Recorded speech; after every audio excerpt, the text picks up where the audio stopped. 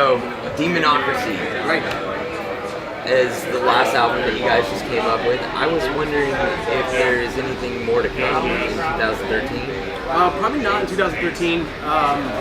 We're probably gonna go down to South America, it looks like, and then Johnny's doing some weird like religious mission thing in Ethiopia. I guess that's gonna take a couple months. So when he's down there, we're gonna like probably be in Riffland, writing new stuff, and then try to, in metal you kind of like are obliged to stick with a 2-year album cycle. So we're gonna have a record ready by next spring. We gotta pretty much focus on that. If a big tour or something comes up, we'll take that. But the main focus will be on writing something that we're super excited about. It's gonna get weird. While you guys are kind of apart and everything. Yeah, exactly. It's gonna be weird too. The next one's gonna be mosh anthems, slow songs with a little bit of progressive disco.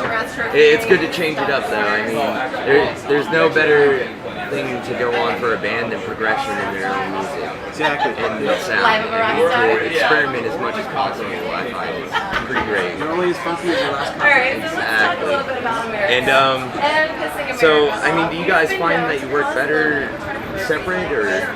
I know Johnny kind of is still the one main founding member, but sure. Yeah. I think it has to work that way. It's the only option. I mean, Tony and Al live together in a 1-bedroom apartment in Boston. okay. Bunk beds. So yeah, They're troopers. So, right? Yeah. So that's like, you get one little close knit dude. So that's how they kind of come up with like the flesh and bones of the songs. And then I'm in Denver.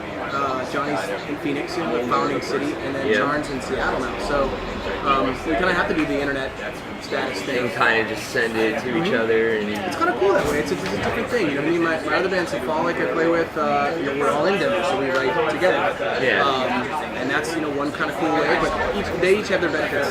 So I mean, like, pretty much you guys can send them back and forth and really kind of go along with it, but at the same time you can still maintain all your side projects. Yeah, exactly. Yeah, unless if they send us a song and then I don't like it, just press delete. Just press delete. Maybe write a message back. Yeah, perhaps you should start over. I'm a little bit old school. No, well, but at least you're kind about it. Yeah. I just read back to say I just deleted that whole song, and I think it's horrible.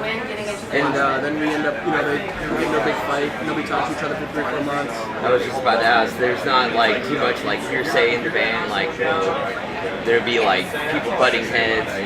Yeah, no, not really. I'm joshing you, but no, yeah, it's pretty chill actually. I mean, most of the stuff, like if they spend a week on a song, they've gone through all the should do this or should it do this. Yeah. And like this, they've already gone through all that. It's like already gone through a filtration process. So by the time we get an email with a song in it, it's pretty good. You know what I mean? Job for a Cowboy.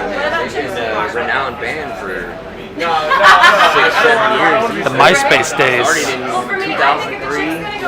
10 years.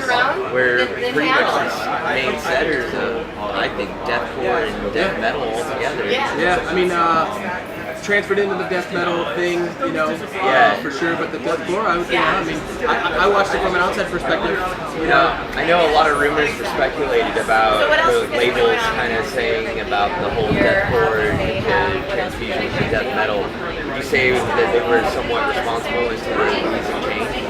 The label? I think that they were accepting of it, but it was definitely the band that wanted to do it. When Al got in the band, naturally, Robbie stepped out and Al came in, and Al came from Just Spies Icon. But really, Al came from Gorge, where, just super fast, grindy riffs, you know what I mean? And so that's the stuff that they wrote, and it made that natural progression. And naturally, when Bobby left and Tony came in, Tony's got a super wide metal background. Real old school feel, so it was just kind of natural to head that way. And there seem to be so many things coming out, so many bands coming out, in the style of the first Job for a Cowboy EP. That it was kind of like they're like, all right, we did that. That they needed to take that step aside and be like, well, maybe we should just change. Should they have just written Doom 2, Doom 3, Doom 4, Doom 5, Doom 6? Might as well at that point. I mean, they could have, and maybe, and actually, it probably would have been at a higher level of success. Overall speaking, to do that, but not internally. You know what I mean? Not as a musician yourself, not feeling successful because you're just like, okay, we did this and we made this work, and then now should we just keep in that style? I mean, it's to me that style is it's difficult to maintain a fresh sound. And I found that Demonocracy was a really good step away from all that. It definitely had that complete change of sound where you guys were a lot faster, you guys were a lot more guitar oriented. Yeah, definitely. It's very, it's like a guitar riff mansion. Yeah. It's a mansion of riffs. A lot of stuff going on in there. With the next one, and so then now we've done that. You know what I mean? And then now the next one, you're like, all right, do we just write Demonocracy 2? You're like, no, do something like progress, see where things are. So we're I feel like things are gonna probably get a little moody. But it's good. It's good that you guys are evolving as a band. Cool. And kind of maintaining that kind of just band wisdom, I would say, amongst each other. Thank you, man. I have one question. What kind of gear are you playing for us today at the amphitheater? Okay, so today I have this super nice trumpet that this Italian craftsman made for me. Yeah, I guess it's something like $13,000 or $14,000. But I don't know how to play it, so I'm just gonna probably just have it on stage and just kind of show it to people because he made it for me. You can surely play a note or two. They'll go wild about it, I'm sure. Multi-talented. I'm playing Warwick basses. My absolute favorite. It's the first thing I heard that made me really decide to play bass in metal was hearing a Warwick bass on a record and just being like, what the hell is that sound? Yeah, Ryan Martini, LB50, it's the best bass of all time. And what kind of pickups and strings do you use on those? The one I'm playing today has MEC, MEC pickups and the MEC preamp, single coil, push pull, bass trap stack. Yeah, it sounds awesome.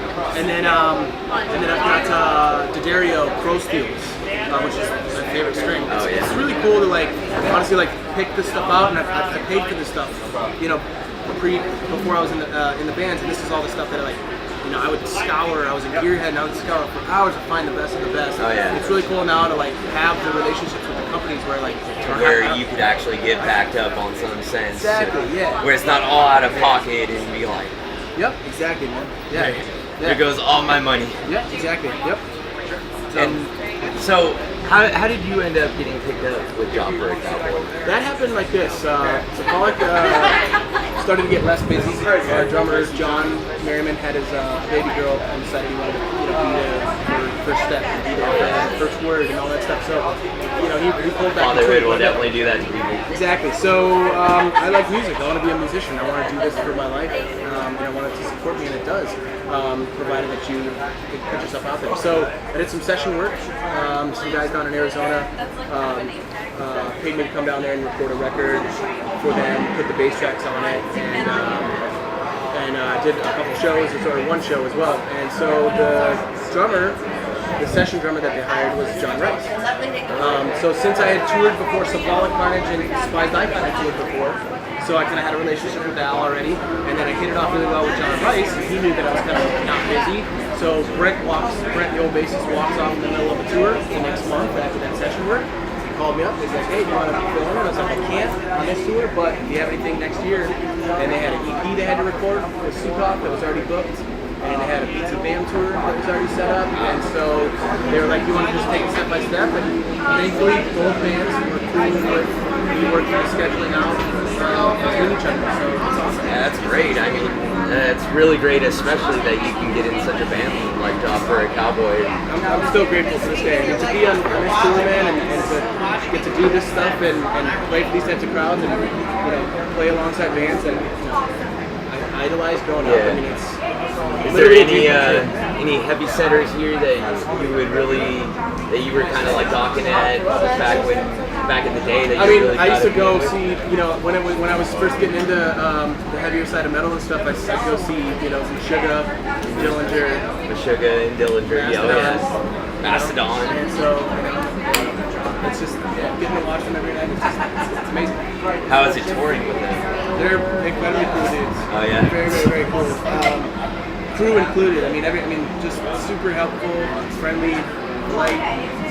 No Rockstar shit. Just really cool. Yeah, it's great. Actually level-headed people. Yeah, just cool. I mean, Yeah, very impressed. So, have there been any cities that you toured in that you would say really hit it off for you? Or? You know, there's always great places in all the states. Oh, yeah. There's always surprises. Sometimes you go out to a city and it's phenomenal.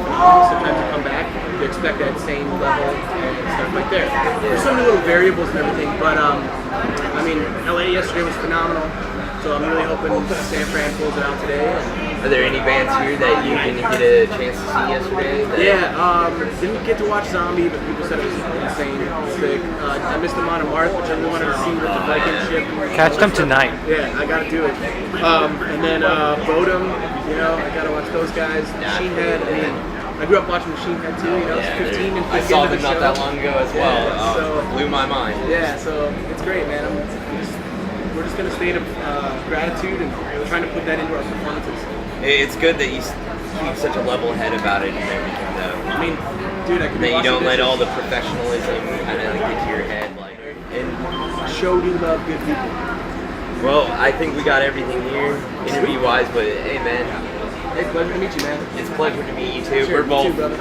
on top of that aspiring artist, so maybe one day we'll see you on tour. Yes, dude, we will. I mean, knows? I tell you what, man. Gotta if you- keep at it. I believe in the power of intention. I believe that the most successful people on the planet, in anything that you want to do, it's in your head. Everything you see. There's a guy named Napoleon Hill. He wrote a book called Thoughts of Things, and he was one of Andrew Carnegie's. Andrew Carnegie basically, you know, paid him to study the most successful people in the world, and it comes down to everything you see, from a camera to the Note 2 to the Note 3, tablecloth, chair, wristband, everything, clothing, everything you see started out in somebody's mind as a thought. And it all had to be there to make it happen. And if you hold that in there and you make it a burning desire and you put all your effort into it, you put all your, you know, you make it just burning inside of you, it has to manifest. Yeah. Persistence, and you stay with it, it will happen. You have to, that's bottom line, man. I mean, that's how I